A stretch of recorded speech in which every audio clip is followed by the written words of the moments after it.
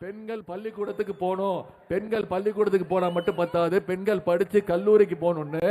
பெண்கள் அரசு பள்ளியில படிச்சு கல்லூரிக்கு போனா எந்த காலேஜ்ல சேர்ந்தாலும் அவங்களுக்கு கல்வி உரிமை தொகையா மாசம் மாசம் 1000 ரூபாய் கல்வி உரிமை தொகையா வழங்கப்படுது.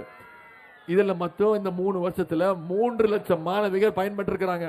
கிருஷ்ணகிரியில மட்டும் 10,000 மாணவிகளுக்கு மாசம் மாசம் 10,000 ரூபாய் கல்வி ஊக்க தொகையாக அவங்களுடைய வங்கி கணக்கில் வைக்கப்படுகிறது. அதே மாதிரி இன்னொரு திட்டம், இது முக்கியமான திட்டமா, இந்தியாவிலேயே முதல் மாநிலம் நம்ம தமிழ்நாடு தான் இந்த திட்டத்தை அமல்படுத்தியிருக்கு. இந்தியாவிலே முதல் மாநிலம். நம்ம காலையில எந்திரிச்சு சீக்கிரம் வேலைக்கு போற பெற்றோர்கள் இருக்காங்க. 6 மணி 7 மணிக்கெல்லாம் எந்திரிச்சு வேலைக்கு போற பெற்றோர்கள் இருக்காங்க. அவங்க எந்திரிச்சு காலையில சமைச்சு குழந்தைக்கு சாப்பாடு ஊட்டுறதுக்கு நேரம் இருக்காது.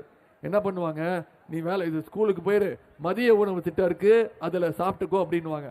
ஆனா பெற்றோர்கள் வேலைக்கு போய் அதே நினைப்புல இருப்பாங்க, குழந்தைய வெறும் வயிற்றுல அனுப்பிச்சோமே, சாப்பிட்டு இருக்க மாட்டானே, மயக்கத்துல இருப்பானே, படிச்சானா தூங்கிட்டானா அப்படின்னு நினைப்புல இருப்பாங்க.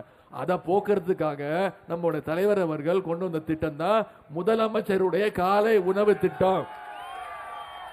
இந்த திட்டத்தின் கீழே நீங்க பள்ளிக்கூடத்துக்கு உங்க பசங்களை அமிச்சா போதும், 1ஆம் வகுப்புல இருந்து 5ஆம் வகுப்பு வரைக்கும் தினமும் 31,000 அரசு பள்ளிகள்ல 18 லட்சம் மாணவர்களுக்கு முதலமைச்சர் காலை உணவு திட்டத்தின் கீழே சாப்பாடு போடுறோம்.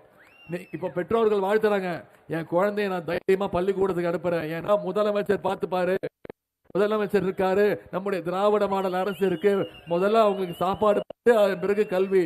இப்போ திராவிட மாடல் அரசுன்னு சொல்றோம்ல, அதற்கு சிறந்த உதாரண திட்டம் தான். ஏன் சொல்றேன்னா நம்முடைய இந்த முதலமைச்சர் காலை உணவு திட்டத்தை கர்நாடக மாநிலம், தெலுங்கானா மாநிலத்தில் பின்பற்ற ஆரம்பிச்சுட்டாங்க.